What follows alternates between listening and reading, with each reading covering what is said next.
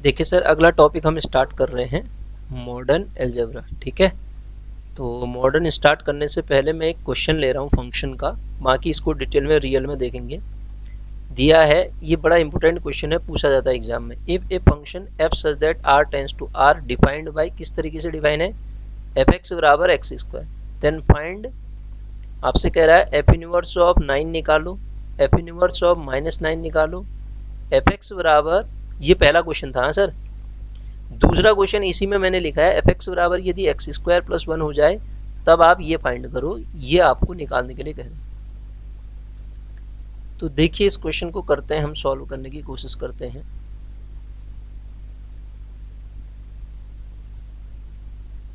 देखिएगा कैसे करें इसको।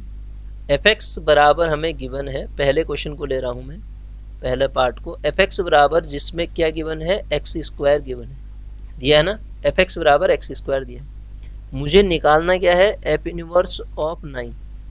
सर ध्यान से देखिएगा, एफ इनवर्स बराबर 9 अगर मुझे निकालना है तो एफ इनवर्स 9 में वो सारे आर के एलिमेंट होंगे।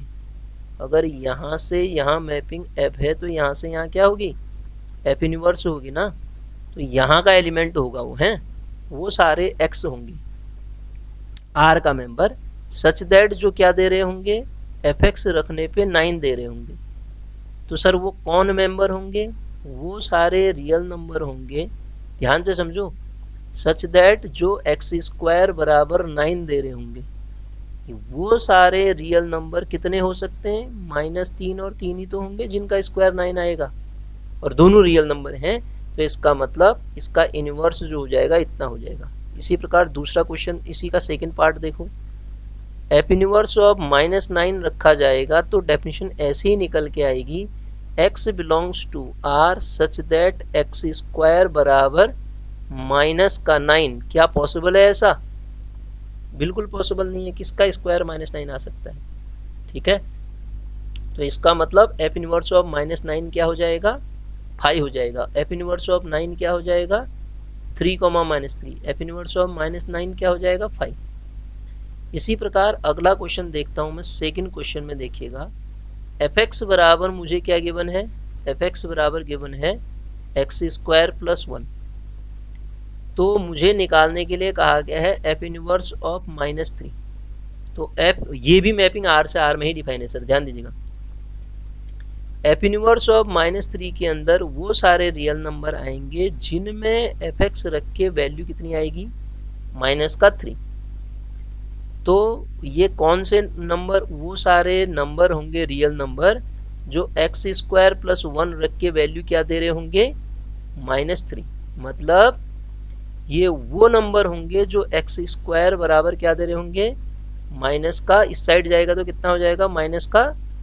तो कोई नंबर ऐसे हो सकते हैं सर, कभी नहीं हो सकते हैं। रियल नंबर, नंबर तो हो सकते हैं लेकिन रियल नंबर नहीं होंगे, कॉम्प्लेक्स में तो आ ही जाएंगे, तो ये 5 आ जाएगा, क्योंकि मैपिंग रियल से रियल में दे रखी इसलिए 5 हो गया। अगला से इसी का बी वाला पार्ट, एफ इनवर्स ऑफ कितना कह रहा है वो, एफ इनवर्स ऑफ क्या कह रहा है, सेकंड पार्ट 10,37 कह रहा है ना, तो इसको जरा जगह बढ़ा देते हैं। एफ इनवर्स ऑफ 10, तो एक साथ लेके चलेंगे, एफ इनवर्स ऑफ 10,37 बराबर, इसके अंदर वो सारे रियल नंबर आपके आ जाएंगे सच दैट जिनके लिए एक्स स्क्वायर प्लस 1 करने पे वैल्यू 10 आई और एक्स स्क्वायर प्लस 1 करने पे वैल्यू 37 आई। तो इसका मतलब उसके अंदर वो सारे रियल नंबर आ जाएंगे सच दैट जो एक्स स्क्वायर करने पे 9 दे दें और जो एक्स स्क्वायर करने पे 36 दे दें। तो आप दे देंगे ऐसे रियल नंबर है ना, मैपिंग कहाँ से कहाँ है, आर से आर में है, तो ये रियल नंबर होते ही हैं। यहाँ से वैल्यू आपको +-3 मिल जाएगी और यहाँ से वैल्यू आपको +-6 मिल जाएगी, और दोनों रियल नंबर है। तो एफ इनवर्स ऑफ ये वैल्यू क्या मिल जाएगी, ये मिल जाएगी सर। ठीक है, तो ध्यान दीजिएगा, ये क्वेश्चन एग्जाम में अक्सर पूछा जाता है, तो इसको ऐसे करेंगे। तो मैं अब ले चलता हूँ आपको मॉडर्न के पार्ट पे। तो मॉडर्न क्या होता है सर, मॉडर्न स्टार्ट होती है किससे, यही रिलेशन फंक्शन से ही होती है। रिलेशन फंक्शन पे मैं जा नहीं रहा हूँ, मैं सीधे जाता हूँ, उसको हम रियल में देखेंगे। मैं सीधे ग्रुप पे जाता हूँ। ग्रुप को समझने के लिए मुझे आपको समझाना पड़ेगा बाइनरी ऑपरेशन। क्या समझाना पड़ेगा? Binary operation. बाइनरी ऑपरेशन समझाना पड़ेगा। तो सर बाइनरी ऑपरेशन की अगर मैं बात करूं तो बाइनरी ऑपरेशन क्या होता है? Let G be any non empty set. Non empty, G be any non empty set. माना जी क्या है? कोई नॉन एम्प्टी सेट है। नॉन एम्प्टी सेट है तो एक मैपिंग ऐसी जो कि जी क्रॉस जी से जी में होगी, जी क्रॉस जी से जी में होगी, उसको आप बाइनरी ऑपरेशन कह देंगे। मैपिंग को बाइनरी ऑपरेशन कहेंगे सर। जी क्रॉस जी मतलब यदि मेरे पास ए में एलिमेंट 1,2 हैं, बी में एलिमेंट ए, बी हैं, तो ए क्रॉस बी में जो एलिमेंट होंगे क्या होंगे बताओ? 1, ए, 1, बी, 2, ए, 2, बी। तो इसी प्रकार जी क्रॉस जी में जो एलिमेंट होंगे, जी क्रॉस जी में जो एलिमेंट होंगे वो ऑर्डर्ड पेयर में होंगे, और रिजल्ट जो मिल रहा होगा सिंगल जी का एलिमेंट मिल रहा होगा। तो जिस ऑपरेशन के तहत ऐसा काम हो रहा होगा वो स्टार को आप फंक्शन को क्या कह देंगे? बाइनरी ऑपरेशन कह देंगे। ठीक है सर। जैसे अगर मैं एक मैपिंग लेता हूं एडिशन की, नेचुरल n क्रॉस n से n में, तो इसका मीनिंग ये हुआ कि दो नेचुरल नंबर को जोड़ के, दो नेचुरल नंबर आपने उठाए उनको जोड़ा, तो सर जो मिलेगा वो अगेन नेचुरल नंबर मिलेगा, हाँ या ना? तो इसका मतलब एडिशन जो है बाइनरी ऑपरेशन हो जाएगा। अगर यही चीज़ एडिशन की जगह पे यहाँ पे मल्टीप्लिकेशन कर दी जाए, n क्रॉस n से मैपिंग n में डिफाइन की जाए, मतलब हुआ कोई भी दो नेचुरल नंबर आप उठाओ, क्या आपको मल्टीप्लाई करके नेचुरल नंबर मिलेगा? तो आप कहेंगे बिल्कुल मिलेगा सर। यही चीज़ अगर मेरे पास सब्ट्रैक्शन हो जाए जो कि n क्रॉस n से n में डिफाइन होती हो, तो इसका मतलब हुआ कोई भी दो एलिमेंट आप नेचुरल से उठाओगे तो ये नेचुरल में होना चाहिए। क्या ऐसा पॉसिबल है? तो आप कहोगे लीजिए, एक उठाया 2, एक उठाया 3, कर दिया 1 माइनस 3, आ गया माइनस का 2, जो कि नेचुरल नंबर नहीं है। तो इसका मतलब ये जो सब्ट्रैक्शन है नेचुरल नंबर में, बाइनरी ऑपरेशन तो कतई नहीं होगा सर ये। ठीक है, तो इस बात को समझे आप। बाइनरी ऑपरेशन क्या है सब ने पढ़ रखा हो, सबको आता है। तो रियल नंबर का सेट, नेचुरल नंबर में एडिशन भी है, नेचुरल नंबर में मल्टीप्लिकेशन भी है, रियल नंबर में एडिशन भी है, रियल नंबर में मल्टीप्लिकेशन भी है, और इंटीजर में एडिशन भी। रियल नंबर में तो सब्ट्रैक्शन भी हो जाएगा, ठीक है, और एडिशन, इंटीजर में एडिशन भी है, इंटीजर में मल्टीप्लिकेशन भी है, इंटीजर में सब्ट्रैक्शन भी हो जाएगा शायद। ठीक है, तो ये क्या है आपके पास, ये बाइनरी ऑपरेशन हो जाएंगे। ठीक है, जेड। अब एक चीज़ बोल रहा हूँ मैं, लिखूंगा नहीं, हाँ, एक वर्ड आता है एल्जेब्रिक स्ट्रक्चर। एल्जेब्रिक स्ट्रक्चर बड़ी इंपॉर्टेंट चीज़ है हाँ सर। चलो मैं लिख के बताता हूँ आपको क्या कह रहा हूँ मैं। एल्जेब्रिक स्ट्रक्चर आता है sir.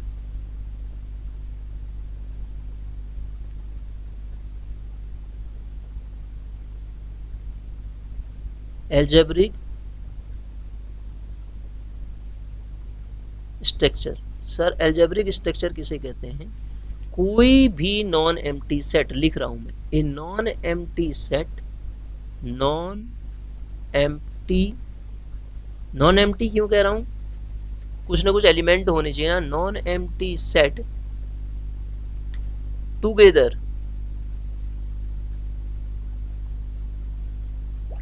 Together with one or more binary operation. One or more binary operation is called algebraic structure. क्या समझे? एक या एक से अधिक बाइनरी ऑपरेशन को रखने वाला कोई भी non empty set algebraic structure कहलाता है। ये देखिए सब एल्जेब्रिक स्ट्रक्चर हैं। एक या एक से अधिक बाइनरी ऑपरेशन को रखने वाला क्या कहलाता है? एल्जेब्रिक स्ट्रक्चर कहलाता है। तो सर आप समझे एल्जेब्रिक स्ट्रक्चर किसे कहते हैं? यह आपके पास एल्जेब्रिक स्ट्रक्चर की कहानी होगी। अब मैं यहाँ पे लिख रहा हूँ ग्रुप, ध्यान से समझना। ग्रुप की डेफिनेशन डिफाइन कर रहा हूँ। ग्रुप क्या होता है? ए non empty set, A non empty set, non empty set with binary operation star, with binary operation star. इसमें स्टार ले रहा हूँ सर, ध्यान दीजिए। ग्रुप में हम दो ही बाइनरी ऑपरेशन का यूज करेंगे, एक एडिशन एक मल्टीप्लिकेशन, पूरे ग्रुप में। ठीक है, तो यहाँ पे हम स्टार कह रहे हैं, पूरे जनरल कह रहे हैं, उसके अंदर एडिशन भी आ जाएगा, उसके अंदर मल्टीप्लिकेशन भी आ जाएगा। In non empty set with binary operation star is set to be group, is set to be group, to be group. कब सर? सब ने पढ़ रखा, सबको आता है। कब ये ग्रुप कहलाता है sir? If it follow, if it follow following Exim, following Exim. ठीक है, या प्रॉपर्टी। वो क्या क्या प्रॉपर्टी होती हैं? पहली जो प्रॉपर्टी होती है उसे कहते हैं क्लोजर प्रॉपर्टी। पहली जो प्रॉपर्टी होती है उसे क्या कहते हैं? Closure property. तो क्लोजर प्रॉपर्टी किसे कहते हैं? कोई भी दो एलिमेंट आप जी में से उठाओ सच दैट उन दोनों को ऑपरेट करो अगेन जी में मिलना चाहिए। वो अगर ऑपरेशन एडिशन का दे रखा है तो एडिशन हो जाएगा, मल्टीप्लिकेशन का दे रखा है तो मल्टीप्लिकेशन हो जाएगा। सर अगली प्रॉपर्टी आती है एसोसिएटिविटी। कोई भी आप तीन एलिमेंट ग्रुप में से उठाइए such that a star b star c की जो वैल्यू आएगी वो आएगी आपके पास a star b star c के बराबर। ठीक है सर। और थर्ड, ये पहली प्रॉपर्टी क्या है? G1, ये क्या है? G2। अब बता रहा हूं मैं आपको G3, closure existence of identity. क्या आती है? एग्जिस्टेंस ऑफ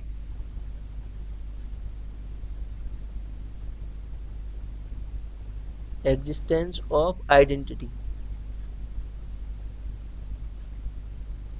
सर अगर ये एडिशन में होगा तो एग्जिस्टेंस ऑफ एडिटिव आइडेंटिटी हो जाएगा, मल्टीप्लिकेशन में होगा तो मल्टीप्लिकेटिव आइडेंटिटी हो जाएगा। कोई भी एक एलिमेंट आप जी में से उठाओगे, देयर एग्जिस्ट वर्ड, ध्यान दीजिएगा, कम से कम एक ई जरूर मेरे जी में होगा सच दैट मुझे क्या मिलेगा? ए स्टार ई करने पे ए मिलेगा या ई स्टार ए करने पे भी ए मिलेगा। This is existence of identity. G4 sir चौथी प्रॉपर्टी, ये G1 G2 G3 है। एग्जिस्टेंस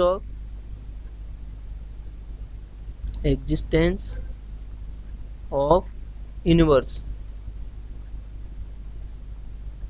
एग्जिस्टेंस ऑफ इनवर्स क्या है? देखिए sir, for all a belongs to G, कोई भी ए जी में से उठाओ, देयर एग्जिस्ट ए डैश जरूर आपके जी में होगा सच that a star A dash करोगे आइडेंटिटी मिलेगा। ठीक है सर। और पांच, ये ग्रुप हो गया। ग्रुप मुझे बताना था ना, ग्रुप मतलब चार ही प्रॉपर्टी को रखता है। एक पांचवी प्रॉपर्टी भी मेरे पास जी के पास आ जाती है तो उसको हम कह देते हैं एबिलियन ग्रुप। उसको अलग से लिखा देता हूं अभी, एबिलियन ग्रुप यहां पे लिख देता हूं मैं, abelian group. Abelian group, abelian group की जब डेफिनेशन लिखूंगा मैं, यहां क्या लिखा है मैंने? यहां ध्यान दो, यहां मैंने लिखा है ए नॉन एम्प्टी सेट। अब यहां एबिलियन ग्रुप में लिख रहा हूं मैं एक ग्रुप। जैसे ही मैंने ग्रुप लिखा, आप कहेंगे चार प्रॉपर्टी तो सर इसके पास होंगी।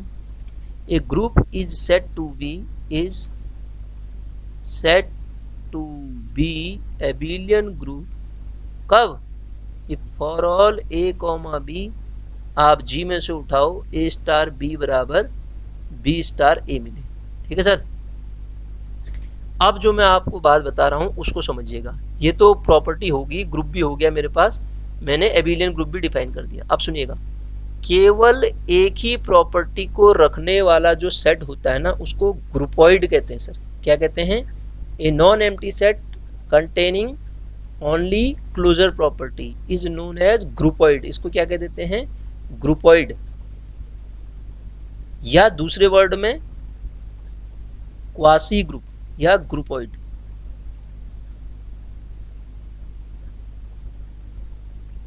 ठीक है।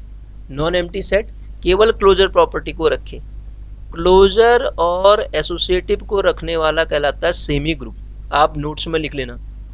और तीन प्रॉपर्टी को रखने वाला कहलाता है मोनोइड। तीन प्रॉपर्टी, कौन कौन सी तीन प्रॉपर्टी? G1, G2, G3 को रखने वाला क्या कहलाता है? मोनोइड। ये पूछा जाता है एग्जाम में सर, मोनोइड। और चार प्रॉपर्टी को रखने वाला अभी बताया मैंने ग्रुप, पांच को रखने वाला एबिलियन ग्रुप। पहला ग्रुपॉइड, दूसरा सेमी ग्रुप, दो को मतलब तीन को रखने वाला मोनोइड, चार को रखने वाला ग्रुप और पांच को रखने वाला एबिलियन ग्रुप हो जाता है। ठीक है सर। ये मैंने ग्रुप की बात करी, ग्रुप किसे कहते हैं। अब मैं बात कर रहा हूँ, अच्छा यहाँ पे ये आ गया सर, अगर आप ये कोर्स को एक्सेस करना चाहते हैं पूरा, तो जाके टेलीग्राम कहाँ हुआ है, गूगल प्ले स्टोर से मृत्युंजय क्लासेस करके हमारा ऐप है, उसको डाउनलोड कर सकते हैं। वहाँ पे पूरा कोर्स मैंने अपलोड कर दिया है, लगभग कुछ पोर्शन बचा है, तो वो भी 2-4 दिन में या 1-2 दिन में ख़त्म हो जाएगा थ्योरी वाला। फिर वहाँ पे केवल और केवल बचता है क्वेश्चन कराऊंगा मैं, तो आपके लिए बहुत ज़्यादा बेनिफिशियल होगा। आपको इधर उधर देखने की ज़रूरत नहीं पड़ेगी, उसमें सारा कंटेंट वर्ड टू वर्ड जो आपके सिलेबस में मेंशन है उतना ही, मैं फालतू की कोई चीज़ नहीं पढ़ाऊँगा, आपको उतना ही पढ़ना है, सब कुछ आपको मिल जाएगा। अगर आपको मेरा पढ़ाया हुआ समझ में आ रहा है, ये लेक्चर में डाल रहा हूँ, तो आप ज़रूर ले सकते हैं उसको। ठीक है, वहाँ पे पूरा का पूरा कंटेंट आपको मिल जाएगा। दूसरा, अगर आप ये टेलीग्राम चैनल ज्वाइन करना चाहते हैं तो इस नाम से मृत्युंजय क्लासेस करके है, इसका जो लिंक है वो ये है t.me/MRITUNJAY14। ठीक है, तो इसको ये इसी तरीके का इसका वो बना हुआ लोगो, जाके आप अपलोड कर सकते हैं। ठीक है, मतलब जाके अपने इसको डाउनलोड करके देख सकते हैं सर। ठीक है, तो अब आगे की कहानी बताता हूँ मैं आपको। क्या बता रहा था मैं? ग्रुपॉइड और वो पढ़ा दिया मैंने आपको। अरे ये क्वेश्चन तो करा दिया है। अब आओ किस पे? एबिलियन ग्रुप भी बता दिया। अब दो चीज़ें और आती हैं सर, इसमें ध्यान दीजिएगा। एक तो आता है फाइनाइट ग्रुप और एक आता है इनफाइनाइट ग्रुप। इनफाइनाइट ग्रुप, तो फाइनाइट ग्रुप किसे कहते हैं, इनफाइनाइट ग्रुप किसे कहते हैं? मैंने कहा सर ना, cube root of unity, x बराबर क्यूब रूट ऑफ यूनिटी क्या होते हैं आपको पता होगा। कैसे निकालते हैं मेरे ख्याल से पता होगा, नहीं है तो देखो, x क्यूब माइनस बराबर 1 या x cube minus 1 is equal to 0। एक रूट तो इसका ये हो गया, x माइनस 1 इंटू क्या लिखते हैं, x square plus x plus 1 is equal to 0। अब जब आप इसको सॉल्व करोगे ना सर, यहाँ सॉल्व करके क्या आता है वो, इसको जब आप सॉल्व करते हो तो क्या आता है, x बराबर minus b plus minus under root b square minus 4ac ये आता है। तो उससे जो रूट निकलते हैं उनमें से एक प्लस होगा एक माइनस का होगा। मतलब ये कर लो यार, x is equal to minus b plus minus under root of b square minus 4ac upon 2a। तो यहाँ से आप पाएंगे ये आएगा -1 plus minus root of 3 iota upon 2। ठीक है, मैं इसका प्रूफ भी करा सकता था, इसको पोलर फॉर्म में कन्वर्ट करता फिर रूट निकालता, वो मैं नहीं जा रहा हूँ।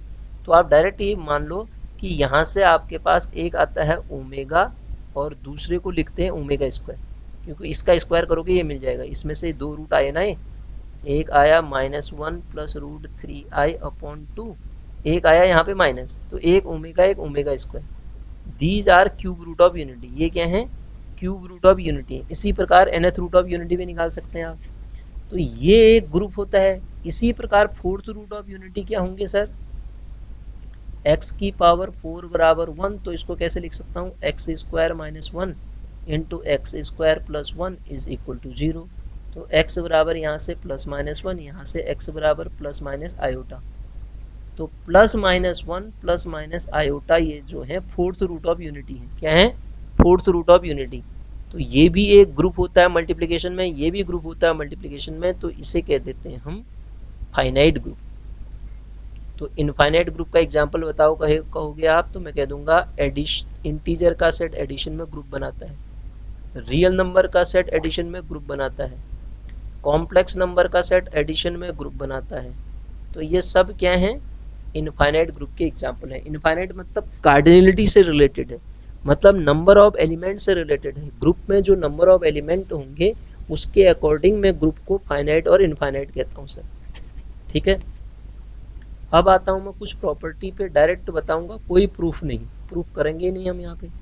पहला क्या होता है कि आइडेंटिटी एलिमेंट किसी ग्रुप का यूनिक होता है। ई अगर जी का एलिमेंट है तो यूनिक होता है, आपको याद भी रखना है। दूसरा, ए कोई एलिमेंट है जी का, अगर इसका इनवर्स एग्जिस्ट करेगा तो ये भी यूनिक होता है। तीसरी condition, cancellation law hold in group. दो कैंसिलेशन लॉ होते हैं, एक लेफ्ट कैंसिलेशन लॉ, एक होता है राइट कैंसिलेशन लॉ। मतलब a इंटू बी बराबर a इंटू सी है तो b बराबर c मिलेगा, a इंटू बी बराबर c इंटू बी है तो a बराबर c मिलेगा। इसे कहते हैं राइट कैंसिलेशन लॉ, इसे कहते हैं लेफ्ट कैंसिलेशन लॉ। हम प्रूफ पे नहीं जा रहे, फिर बोला मैंने। ठीक है, इनवर्स यूनिक होता है, आइडेंटिटी एलिमेंट यूनिक होता है, उसके बाद मैंने कहा कि कैंसिलेशन लॉ मेरे ग्रुप में होल्ड होता है। अब मैं आपको बता रहा हूँ बड़ी इंपॉर्टेंट चीज़, वो होता है एडिटिव ग्रुप ऑफ मॉडुलो। ठीक है, additive group of modulo. Modulo मतलब एडिशन मॉडुलो क्या चीज़ होती है, देखिएगा।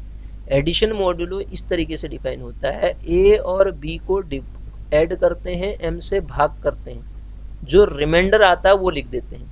मतलब क्या हुआ इसका, जो रिमाइंडर मैंने लिखा यहाँ पे ए प्लस बी, ये इंटीजर के सेट में होता है सर, ध्यान दीजिएगा। Additive group of integer modulo M पढ़ते हैं उसको।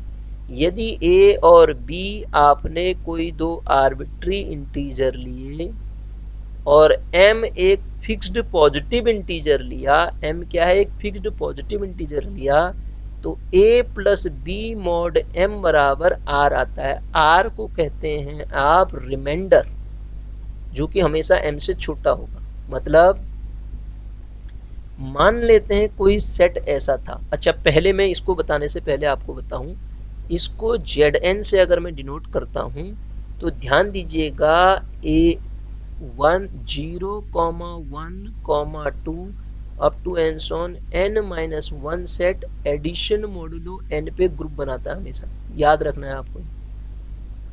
मतलब क्या हुआ, अगर मैं आपसे कहूँ Z6 तो इसमें एलिमेंट 0 1 2 3 4 5 आएंगे। कितने हैं, 6 एलिमेंट हो गए टोटल।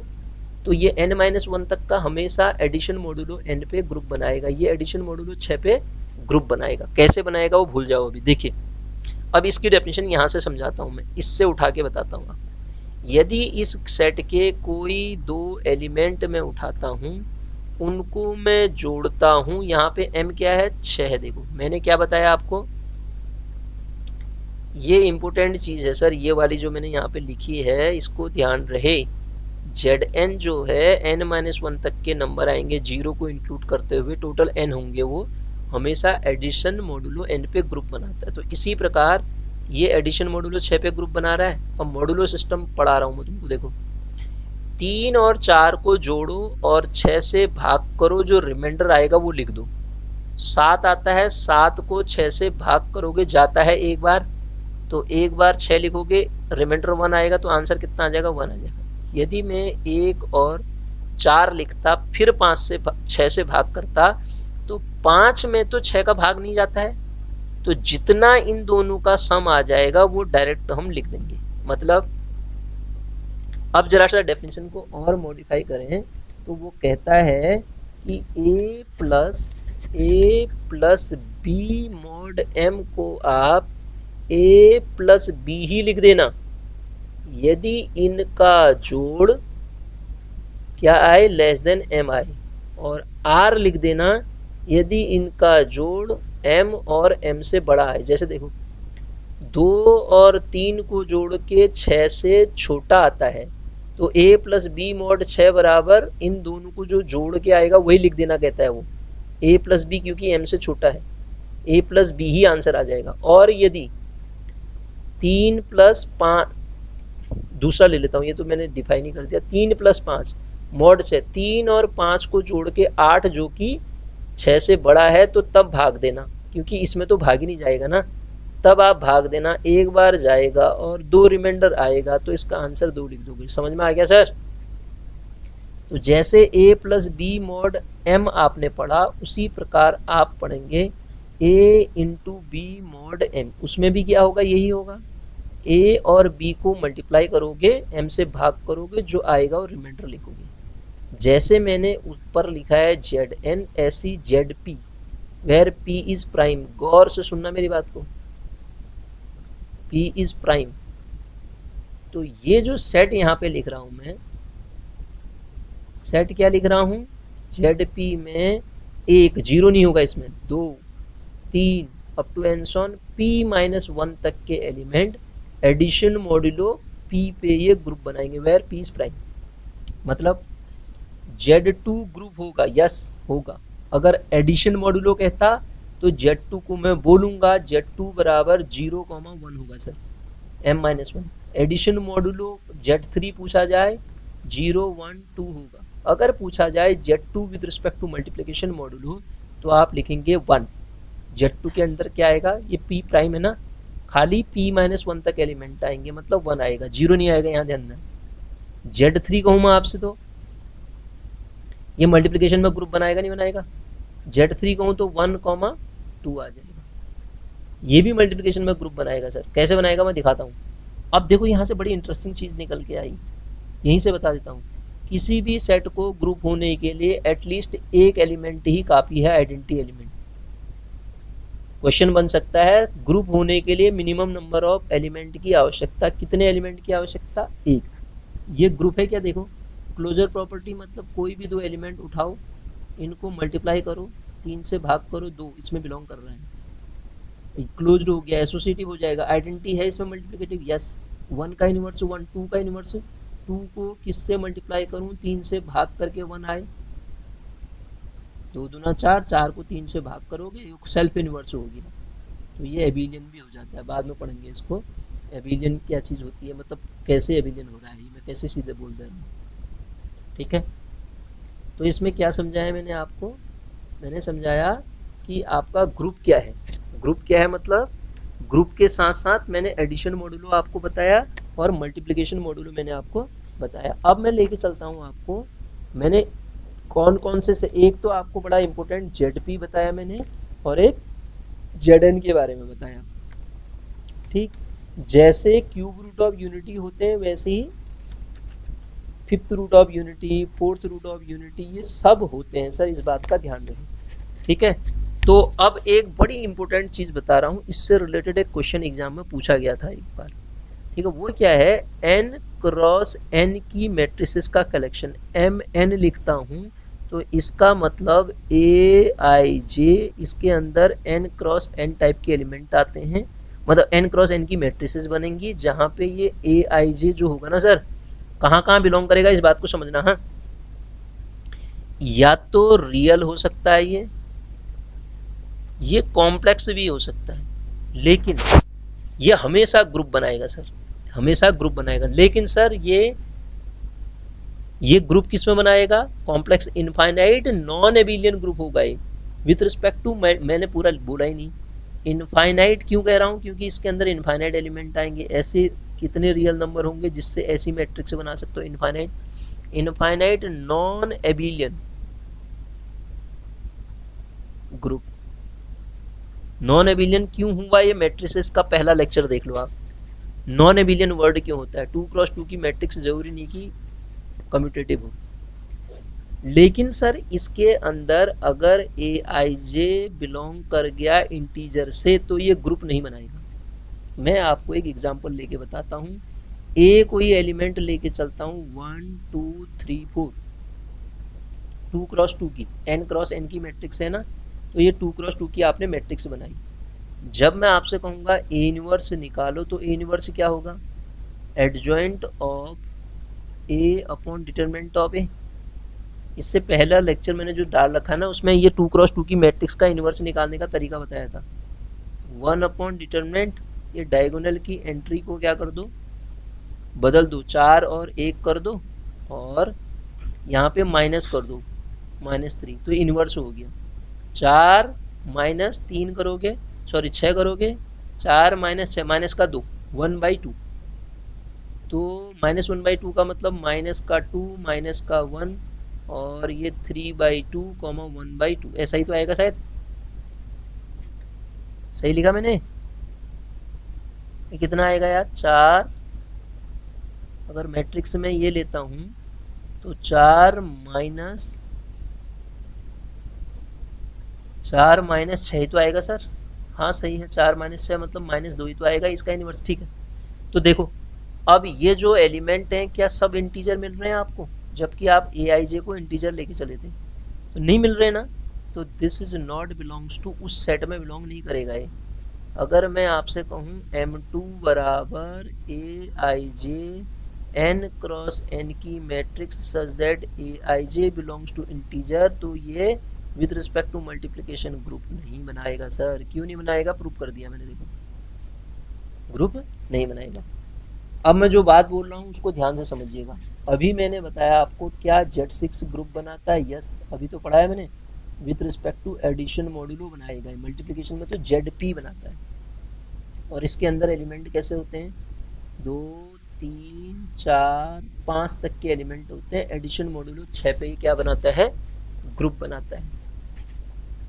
मैं आपको बता रहा हूँ सर ऑर्डर, क्या बता रहा हूँ? ऑर्डर। ध्यान से समझना, ऑर्डर वो लीस्ट पॉजिटिव इंटीजर n होता है जो a की पावर n करके e दे दे। ऑर्डर वो लीस्ट पॉजिटिव इंटीजर n होता है जो na बराबर e दे दे। यदि कंपोजिशन मल्टीप्लिकेटिव है तो ये ऑपरेशन लगेगा, यदि कंपोजिशन एडिटिव है तो ये ऑपरेशन लगेगा। मैं दोनों को समझाता हूँ आपको, 2 एग्जाम्पल लेके यहाँ पे बता रहा हूँ। मैंने एक एग्जाम्पल ले लिया, पहले साधारण सा एग्जाम्पल लेता हूँ। 1 -1 i और -i, एक तो ये एग्जाम्पल लेता हूँ, एक यही Z6 का एग्जाम्पल ले लेता हूँ। पहले Z का एग्जाम्पल ले लेता हूँ। देखो Z 0 +-1 +-2 अप टू n, और एक Z6 ले लेता हूँ सर। पहले Z6 डिफाइन कर देते हैं। 0 1 2 3 4 5 अप टू n, ऐसे आएंगे। प्लस माइनस आते हैं ना इसमें, प्लस माइनस। अरे यार Z6 में कहाँ प्लस माइनस आएंगे सर? Z6 में तो 0 1 2 3 4 5 ही तक तो आएंगे। वो प्लस माइनस आते तो लिखा नहीं जाता, कैसे आते हैं इसको बाद में देखेंगे। मॉड्यूलो का मतलब ही रिड्यूस करना होता है सर। देखो ये मल्टीप्लिकेशन कंपोजिशन है। एक तो होता है ऑर्डर ऑफ जी, मतलब number of element in G, number of element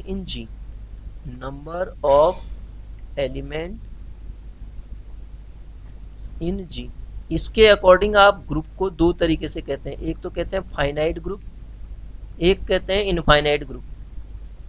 दूसरा होता है, ये तो ऑर्डर ऑफ जी हुआ, दूसरा होता है ऑर्डर ऑफ एन एलिमेंट। मैं जो आपको पढ़ा रहा हूँ यहाँ पे ऑर्डर ऑफ एलिमेंट पढ़ा रहा हूँ।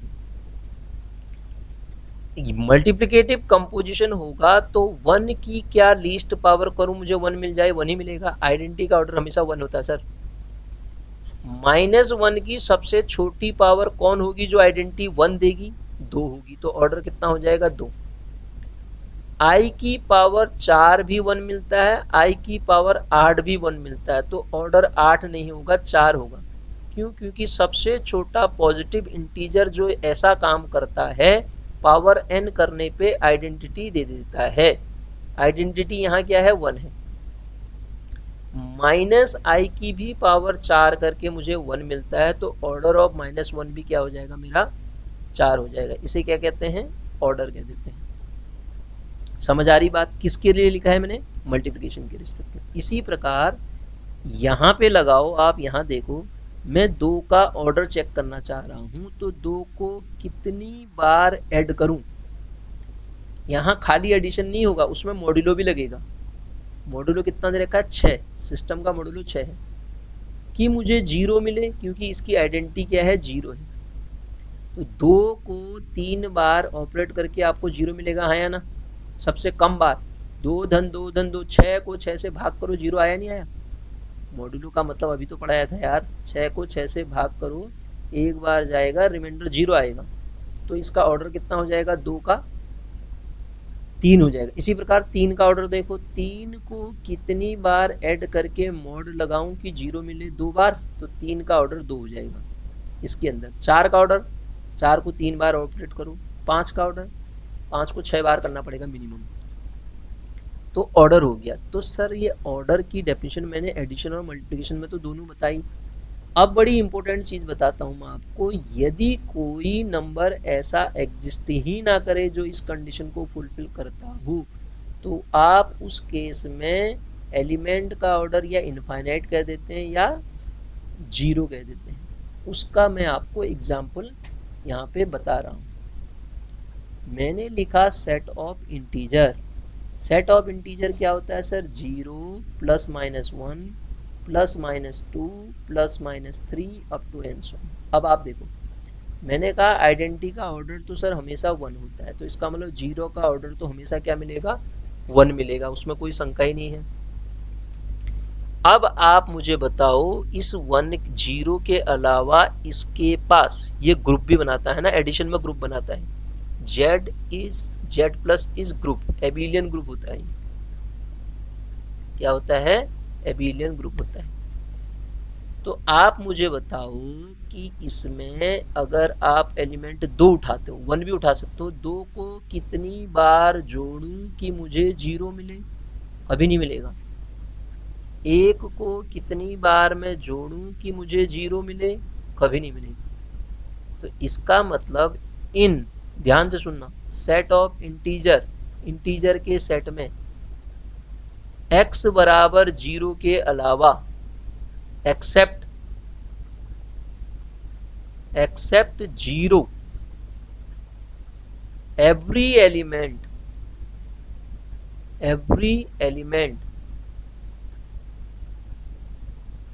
Is of infinite order. हर एलिमेंट इनफाइनाइट ऑर्डर का होगा सर। हर एलिमेंट क्या होगा? इनफाइनाइट ऑर्डर का होगा। इसका मतलब there does not exist any n positive integer, any n such that x power n करके आपको 0 मिलता हो, except x not equal to 0 होना चाहिए। मतलब x = 0 के अलावा यह लिखूं, x कोई भी x उठाओ जो नॉन जीरो है और x की पावर n करके 0 मिलता हो। अब आप सर कहोगे ये तो एडिशन है, कंपोजिशन तो वो होना चाहिए x की पावर n का कहने का मतलब मेरा ये है x को n टाइम ऑपरेट करके 0 मिलता हो। एडिशन में कंपोजिशन ऐसा लिखाया था ना मैंने, तो वो लिखने से कोई फर्क नहीं पड़ता है। तो इसका मतलब आप ये समझे कि ये जो ऑर्डर की कहानी है, क्वेश्चन पूछ लेता हो इनफाइनाइट ऑर्डर किसे कहते हैं, फाइनाइट ऑर्डर किसे कहते हैं। तो इनफाइनाइट ऑर्डर क्या है, फाइनाइट ऑर्डर क्या है, ये बात आपकी समझ में आई? आ गई, बिल्कुल आ गई। इनफाइनाइट ऑर्डर भी बता दिया मैंने, फाइनाइट ऑर्डर भी बता दिया। अब एक वर्ड पे और ले चलता हूँ मैं, वो आता है साइक्लिक ग्रुप। क्या आता है? Cyclic group. अच्छा, साइक्लिक ग्रुप बताने से पहले मैं आपको जरा सा सब ग्रुप की ओर ले चलता हूँ। तो सब ग्रुप क्या होता है, फिर साइक्लिक ग्रुप पे आएंगे तो और अच्छा लगेगा। सब ग्रुप, जैसे हम ग्रुप का सब ग्रुप की बात करें तो सब ग्रुप क्या हुआ? ग्रुप का ही कोई सबसेट होगा। ग्रुप का ही कोई सबसेट होगा जो ग्रुप की सारी कंडीशन को रख रहा होगा। मतलब लेट H कोई नॉन एम्प्टी सबसेट है ग्रुप G का, H is set to be, H is set to be sub group of किसका सब ग्रुप कहलाएगा? G। कब होगा सर ये? सब group of G if H itself, यदि H इटसेल्फ ग्रुप, मतलब H ने ग्रुप की सारी प्रॉपर्टी रखनी, तो फिर ग्रुप क्या करा आपने? क्या नया क्या करा? कुछ नहीं करा। तो इसमें एक नेसेसरी एंड सफिशिएंट कंडीशन आती है, H कोई नॉन एम्प्टी सबसेट है ग्रुप G का, ये H जो है सब ग्रुप का नोटेशन ये होता है, सब ग्रुप कहलाएगा G का if and only if A B inverse आपके H में बिलोंग कर जाए for all A, B belongs to H। खत्म कहानी। तो इसका मतलब अब आज सब ग्रुप दिखाने के लिए केवल A B इनवर्स दिखाओगे, उससे काम बन जाएगा। A कोई इसका एलिमेंट लो या इसका एलिमेंट लो। जैसे अगर मैं आपसे कहूँ G मेरे पास +-1 +- था, इसका एक सबसेट लिया मैंने 1, -1, क्या ये सब ग्रुप है? तो इसके लिए एक एलिमेंट लिया 1, एक एलिमेंट लिया -1। अब मैंने डेफिनेशन क्या कहती है मेरी? 1 इंटू कंपोजिशन इंटू है, यहाँ पे एडिशन में एडिशन लगाते, एडिशन में यही डेफिनेशन क्या हो जाएगी? A - B belongs to H हो जाएगा, क्योंकि एडिटिव इनवर्स -B होता है। यहाँ क्या लिखूंगा? -1 का इनवर्स। सर -1 को मल्टीप्लिकेशन में इनवर्स देखूंगा तो -1 की कितनी पावर करके 1 मिल रहा है? 2 बार। मतलब -1 खुद सेल्फ इनवर्स होता है, -1 को किससे मल्टीप्लाई करके मुझे 1 मिल रहा है? इसी से सेल्फ इनवर्स होता है। तो 1 इंटू -1 का इनवर्स क्या होता है? -1 ही तो होता है। तो आंसर -1 आया। अब ये -1 क्या इसमें है या नहीं है? Belongs to H, that's why H is sub group. बात समझ में आई? सब ग्रुप का मतलब क्या होता है? सब ग्रुप का मतलब होता है अगर A और B दो के H से उठाते हो तो उनका इनवर्स भी उसी में होना चाहिए। ये सब ग्रुप की डेफिनेशन होगी। सब ग्रुप में कुछ चीज़ें मैं आपको बता रहा हूँ। H1 और H2 यदि कोई दो सब ग्रुप हैं ग्रुप G के, तो इन दोनों का इंटरसेक्शन भी हमेशा सब ग्रुप होगा G का। पहली बात। अगली बात बता रहा हूँ, intersection of I belongs to lambda GI भी क्या होगा? सॉरी, HI भी क्या होगा? सब ग्रुप होगा ग्रुप G का। क्या लिखा मैंने? इंडेक्स सेट से डिनोट किया। HI का मतलब आर्बिट्री इंटरसेक्शन ऑफ सब ग्रुप इज अगेन ए सब ग्रुप। आर्बिट्री का मतलब एनी कलेक्शन, एनी कलेक्शन का मतलब कोई भी 2 का इंटरसेक्शन भी होगा, 10 का भी होगा, 50 का भी होगा, इनफाइनाइट को भी होगा, तो वो। लेकिन H1 यूनियन H2, जहाँ पे H1 H2 दो सब ग्रुप है, H1 भी सब ग्रुप है G का और H2 भी सब ग्रुप है G का, तो H1 यूनियन H2 में और मे नॉट, में हो भी सकता है, मे और मे नॉट सब ग्रुप ऑफ G, सब ग्रुप ऑफ G। सर ध्यान दीजिएगा, मे और मे नॉट भी सब ग्रुप ऑफ G कह रहा हूँ। दो सब ग्रुप का यूनियन जरूरी नहीं कि सब ग्रुप हो। क्या कह रहा हूँ? दो यूनियन का सब ग्रुप जरूरी नहीं कि सब ग्रुप हो। फिर बोल दे रहा हूँ मैं, दो यूनियन का सब ग्रुप मे और मे नॉट भी सब ग्रुप। लेकिन सर ध्यान दीजिएगा, अगर H1 और H2 कोई दो सब ग्रुप हैं ग्रुप G के, तब इनका union H1 union H2 is also सब group of G if and only if H1 सब ग्रुप है तो इनका यूनियन भी सब ग्रुप हो जाएगा, आइदर H1 कंटेन H2 और H2 कंटेन H1। इस बात को ध्यान रहे, या H1 H2 के अंदर कंटेन कर जाए या H2 H1 के अंदर कंटेन कर जाए, इन दोनों में से कोई एक सिचुएशन भी हो जाए तो इनका यूनियन भी सब ग्रुप हो जाएगा। इन जनरल तो नहीं होता है, लेकिन अगर ऐसी सिचुएशन आ जाती है तो वो भी क्या हो जाता है? सब ग्रुप हो जाता है। ठीक है। अब आता हूं मैं तीसरी चीज साइक्लिक ग्रुप पे, वो जो बड़ी इंपॉर्टेंट चीज है, इसको ध्यान से समझना आप। हाँ, cyclic group. Cyclic group, cyclic group किसे कहते हैं? कोई भी ग्रुप जी साइक्लिक ग्रुप कहलाएगा यदि इसका कोई एलिमेंट आपने उठाया ए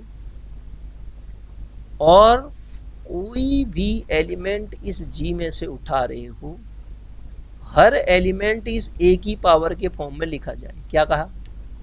यदि किसी ग्रुप के एक एलिमेंट की पावर के फॉर्म में सारे एलिमेंट ग्रुप के लिखे जा रहे हैं, x की पावर 0, x की पावर 1, x की पावर 2, इस तरीके से, तो ये ग्रुप साइक्लिक ग्रुप हो जाएगा। जैसे एग्जाम्पल समझिए आप बस, G इज इक्व टू मैंने कहा +-1 + आयोटा, ये ग्रुप था। अब समझना, हाँ, एक एलिमेंट इसके अंदर से मैंने आई उठाया, और जो ये एलिमेंट होता है ना, ऐसा मैंने जो लिख रहा हूँ, ये ए जनरेटर कहलाता है। मैंने क्या किया, एक एलिमेंट उठाया आई। अब देखो, आई की पावर आप 1 करो, आई की पावर आप 2 करो, आई की पावर आप 3 करो, आई की पावर आप 4 करो। आप देखो यहाँ से क्या मिलेगा, आई, यहाँ से क्या मिलेगा -1, यहाँ से क्या मिलेगा -i, यहाँ से क्या मिलेगा +1। क्या ये जी मिला या नहीं मिला मेरे को, +-1 + आयोटा?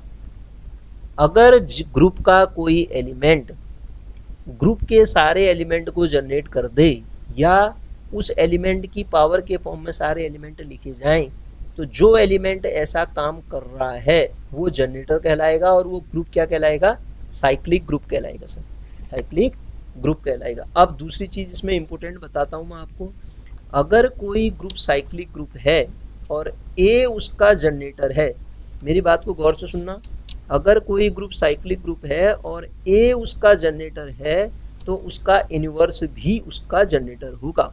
उसका इन्वर्स भी क्या होगा, उसका जनरेटर होगा। कैसे होगा, देखो, मैंने कहा अगर आई एक जनरेटर है तो आई इन्वर्स भी जनरेटर होगा ग्रुप का। आई इन्वर्स भी क्या होगा, जनरेटर होगा सर ग्रुप का।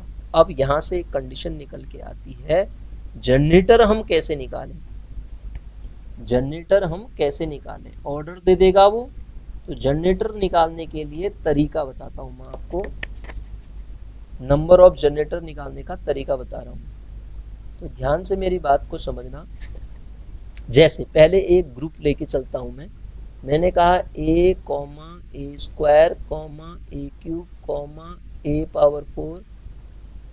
a⁴ और a⁴ 5 a⁴ 6 a⁴ 7 a⁴ 8 e। 8 order का ग्रुप है। इसके जनरेटर बताने मेरे को किससे मिल रहा है, a⁴ 8 e मिल रहा है। सर देखो, एक वर्ड होता है रिलेटिवली प्राइम। 8 के रिलेटिवली प्राइम जितने भी हैं, 1 तो होगा ही होगा, 1 तो ऑलरेडी, ए तो उसका जनरेटर एक है ही है। अब 8 के रिलेटिवली प्राइम नंबर 2 8 का रिलेटिवली प्राइम है, नहीं है, क्योंकि 2 और 8 का जीसीडी 1 नहीं आता है। रिलेटिवली प्राइम नंबर वो नंबर होते हैं, यदि 2 नंबर का जीसीडी 1 आ जाए तो आपस में रिलेटिवली प्राइम हो जाएंगे। 8 और 3 का जीसीडी निकालोगे 1 आएगा, 8 और 4 का जीसीडी निकालोगे, जीसीडी को लिखने का तरीका ये होता है, 1 नहीं आएगा।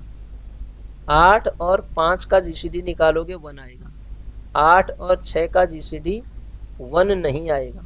8 और 7 का जीसीडी भी क्या आएगा, 1 आएगा। देखो, तो इसके जनरेटर कौन हुए, ए तो था ही था, इसका अगला जनरेटर क्या आ रहा है, a⁴ 3। इसका अगला जनरेटर कितना आ रहा है, a⁴ 5। इसका अगला जनरेटर कितना आ रहा है, a⁴ 6।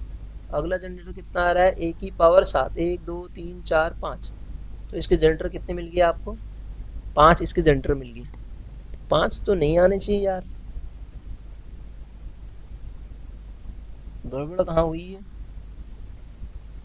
इसके जनरेटर 6 कैसे जनरेटर हो गया सर इसका ये ऑड तो आ ही नहीं सकते, 6 कहाँ आ रहा है, तो इसके जनरेटर कितने आ गए, ये हो गए जनरेटर। ठीक हो गया, तो ये जनरेटर हो गए। अब सर मैं आपसे बात बताता हूँ कि ये तो 2 3 4 था, इसमें तो हमने रिलेटिवली प्राइम ऐसे निकाल दिया। लेकिन जब अगर बड़ा आ जाए, अगर आपसे कह दिया जाए कोई ग्रुप है जिसका ऑर्डर 30 है और ये साइक्लिक ग्रुप है, तो इसके जेंडर निकालो। अब 30 के रिलेटिवली प्राइम निकालने पड़ेंगे मेरे को। तो सर अब ध्यान दो, 30 के रिलेटिवली प्राइम नंबर निकालने का जो फॉर्मूला होता है उसे कहते हैं फाई एन। और फाई एन की जो वैल्यू होती है n into 1 minus 1 upon P1 into 1 minus 1 upon P2 up to and so on 1 minus 1 upon PR होती है। ये क्या चीज़ है सर? आपने बचपन से पढ़ा है कि हर पॉजिटिव इंटीजर n को आप या तो प्राइम की form P1 P2 P3 prime की प्रोडक्ट के फॉर्म में तोड़ सकते हो, या इसी नंबर को आप ऐसे भी तो तोड़ सकते हो, P1 की पावर 2 मतलब P1 की पावर Q1 P2 की पावर Q2 डॉट डॉट, मतलब कोई नेचुरल नंबर ऐसा भी तो होगा 2 गुणा 3 गुणा 5 होगा, कोई ऐसा भी तो होगा 2 की पावर 2 गुणा 3 की पावर 5 गुणा 5 की पावर 1 भी तो होगा। तो ये कहलाता है आपका फाई एन। तो ये क्या बताता है? रिलेटिवली प्राइम निकालने का तरीका है। क्या है? रिलेटिवली प्राइम निकालने का तरीका। इसी में एक दो रिजल्ट मैं आपको बताऊं, तो उस रिजल्ट का यूज करके फिर मैं अभी बताता हूं कि वो 10 ऑर्डर और 30 ऑर्डर के बारे में क्या है। जैसे इसमें ध्यान दीजिएगा,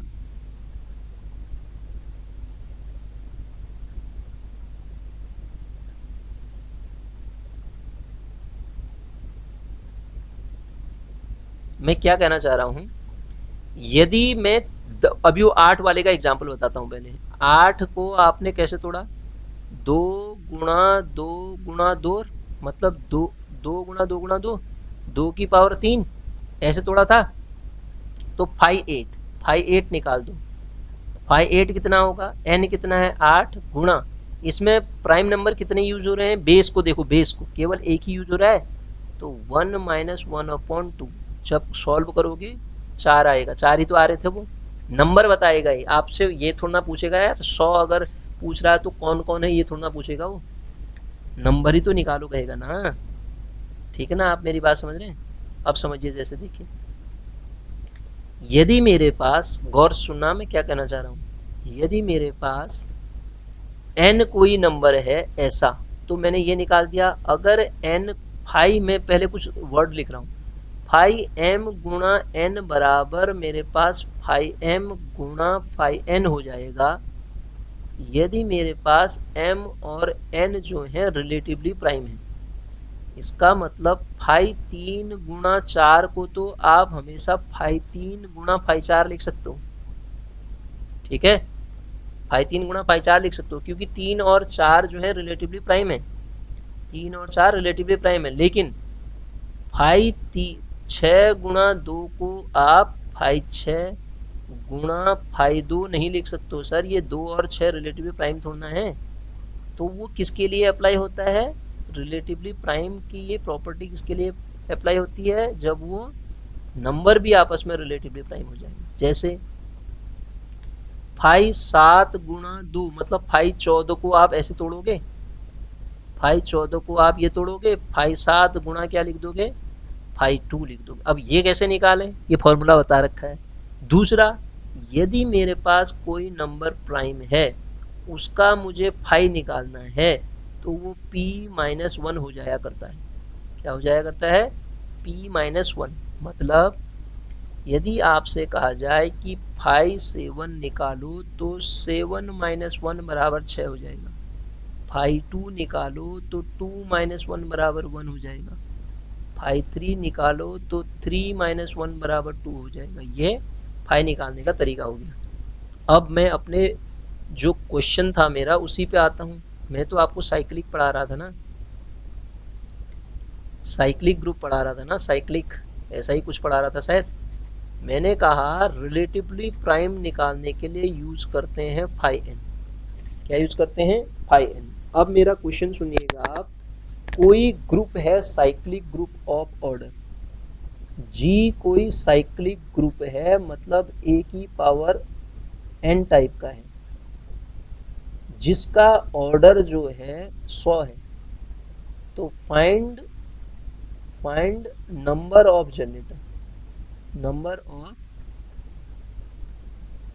जनरेटर, इसके मुझे नंबर ऑफ जनरेटर निकाल के दिखाने हैं। तो सर ध्यान से सुनिएगा, नंबर ऑफ जनरेटर कैसे निकलेंगे। अभी तो आपको मैंने पढ़ाया था, क्या पढ़ाया था, यदि आपके पास फाइ एन ये है तो आप इसके नंबर ऑफ जनरेटर जो होते हैं, फॉर्मूला भी बन गया फिर अभी, नंबर ऑफ जनरेटर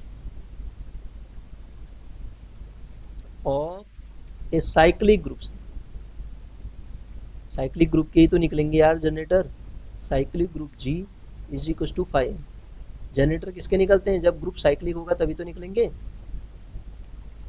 तो पहले मैं एक एक करके फाइनाइट के बताता हूँ। जैसे देखो 1 ओमेगा स्क्वायर के जनरेटर क्या होंगे, ओमेगा से भी जनरेट किया जा सकता है और ओमेगा स्क्वायर से भी, क्योंकि अगर एक जनरेटर है तो उसका इन्वर्स भी तो जनरेटर होता है। अब देखिए 100 ऑर्डर का कोई साइक्लिक ग्रुप है तो मुझे सबसे पहला काम क्या करना पड़ेगा, 100 के प्राइम फैक्टर करने पड़ेंगे। ये 50 आएगा, फिर 2 से तोड़ो 25 आएगा, फिर 5 मतलब 100 को आप ऐसा लिख सकते हैं ना, 2 की पावर 2, 5 की पावर 2, 25 को 100 होता है ना। तो इसका 500 कितना आएगा फिर आप बताओ।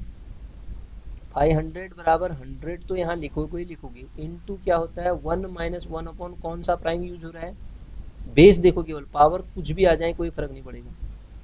1 माइनस 1 अपॉन 5 तो कितना आएगा, 100 इंटू 1/2 इंटू 1/, कितना आएगा यार, ये 4/5 आएगा शायद,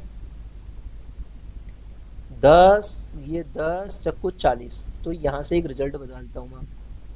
510 कहीं पे पूछा है तो आंसर लिख देना 4, 500 पूछा है निकाल लो यार, लिख देना 40, 5000 पूछा है तो लिख देना 400। दूसरा निकालने का भी तरीका मैंने आपको बता दिया ऐसे। तो साइक्लिक ग्रुप के बारे में कुछ समझ में आया आपको। अगर कोई साइक्लिक ग्रुप है तो उसका जनरेटर होगा तो नंबर ऑफ जनरेटर भी निकल जाएंगे। नंबर ऑफ जनरेटर कैसे निकलेंगे, ऐसे निकलेंगे। कैसे बता दिया ना आपको, ठीक है। जनरेटर निकालने का तरीका ये बता दिया। ये बड़े ग्रुप के लिए है सर, छोटे ग्रुप में तो सीधे ही निकाल लोगे आप। अब एक वर्ड आता है ना बच्चों, आइसोमोर्फिक ग्रुप आते हैं, 2 आइसोमोर्फिक ग्रुप। आइसोमोर्फिज्म का मतलब मैंने लीनियर में पढ़ाया था, लीनियर शायद करा दी ना आपको, नहीं करा रखी है। 1 ऑन टू होमोमोर्फिज्म आइसोमोर्फिज्म कहलाते हैं। मतलब इसके जैसा दूसरा, उसका रिप्रेजेंटेटिव, ये एक जैसे हैं। मतलब क्या हुआ, 2 ग्रुप आइसोमोर्फिक हैं कह रहा हूँ मैं। G एक ग्रुप है, दूसरा ग्रुप G डैश है, यहाँ से यहाँ कोई मैपिंग है तो ये आइसोमोर्फिज्म कहलाएगी ये मैपिंग। कब, जब वो 1 ऑन टू हो, क्या हो 1 सेकेंड, क्या हो वो ऑन टू हो। और थर्ड कंडीशन प्रिजर्व वाली कंडीशन रखती हो। प्रिजर्व कंडीशन क्या होती है समझते हैं, A स्टार B बराबर आपको मिलना चाहिए FA स्टार डैश FB। समझ रहे हैं आप मेरी बात को। इन तीनों कंडीशनों को फॉलो करने वाला जो सेट होगा, वो जो 2 सेट होंगे वो आइसोमोर्फिक कहलाएंगे। उस केस में G isomorphic to G dash कह देता हूँ। G और G डैश क्या हो जाते हैं, आइसोमोर्फिक ग्रुप हो जाते हैं। अब सर अगर ये आइसोमोर्फिक होते हैं तो इनका मीनिंग ये होता है, आइसोमोर्फिक का जनरल साधारण सी लैंग्वेज में मैं आपको बताता हूँ क्या होता है इसका मतलब। इसका मतलब ये हुआ, अगर इसके पास 5 ऑर्डर के 3 एलिमेंट हैं तो सर इसके पास भी 5 ऑर्डर के 3 एलिमेंट। नेचर कैसा ही हो सकता है, यहाँ मान लेते हैं a की पावर 2 a की पावर 3 वाले हैं, यहाँ 1 2 3 वाले हैं। तो मतलब यहाँ पे 5 ऑर्डर के 3 एलिमेंट हैं, यहाँ भी 5 ऑर्डर के 3 एलिमेंट हैं। यहाँ पे आपके पास 2 ऑर्डर का कोई एलिमेंट नहीं है तो इसमें भी 2 ऑर्डर का कोई एलिमेंट नहीं होगा। इसका ऑर्डर 5 है तो इसका ऑर्डर भी क्या होगा, 5 होगा। इसका ऑर्डर इनफाइनाइट है तो इसका ऑर्डर भी क्या होगा, इनफाइनाइट होगा। तो ये साइक्लिक ग्रुप की प्रॉपर्टीज होती हैं, ठीक है। साइक्लिक ग्रुप की क्या होती हैं, प्रॉपर्टीज होती हैं। अगर उसी प्रॉपर्टी का मैं यूज करूं तो मैं 1-2 रिजल्ट यहाँ पे लिख रहा हूँ, उसको ध्यान से समझिएगा। पहला मैं लिख रहा हूँ एनी टू, ध्यान से सुनना इसको, any two cyclic any two cyclic group are isomorphic to each other, isomorphic to each other, to each other मतलब क्या हुआ, आइसोमोर दो साइक्लिक ग्रुप आइसोमोर्फिक होंगे, मतलब अगर ये एक साइक्लिक ग्रुप है इसके जैसा दूसरा साइक्लिक ग्रुप, ये आइसोमोर्फिक हो जाएंगे, मतलब इसमें नंबर ऑफ एलिमेंट बराबर होंगे, वो आइसोमोर्फिज्म को शो करता है। अब यहाँ से और बड़ा रिजल्ट मिलता है, उसको समझिएगा। अगर कोई एन ऑर्डर का साइक्लिक ग्रुप है, एन ऑर्डर का साइक्लिक ग्रुप है कोई, तो वो आइसोमोर्फिक टू जेडन होता है सर। जेडन का मतलब क्या हुआ, जेडन कैसे लिखते हैं अभी बताया था, 0 से लेके n-1 तक के एलिमेंट आते हैं। दूसरा, अगर कोई इनफाइनाइट साइक्लिक ग्रुप हो, इनफाइनाइट साइक्लिक ग्रुप हो तो वो आइसोमोर्फिक जेड के हो जाता है सर। जेड के 2 ही जनरेटर होते हैं +-1, तो ये इनफाइनाइट साइक्लिक ग्रुप जो होता है जेड के आइसोमोर्फिक हो जाता है। तो आज इतना ही करते हैं अब इस लेक्चर में, बाकी इसको एक और लेक्चर बनाएंगे, आगे अभी बहुत सारी चीज़ें इसमें पढ़नी है। ठीक है, ज़रा सा बेसिक मैंने आपको समझाया, इसको समझिए आप, उसके बाद हम इसके दूसरे लेक्चर में इसकी आगे की कहानी को देखेंगे सर।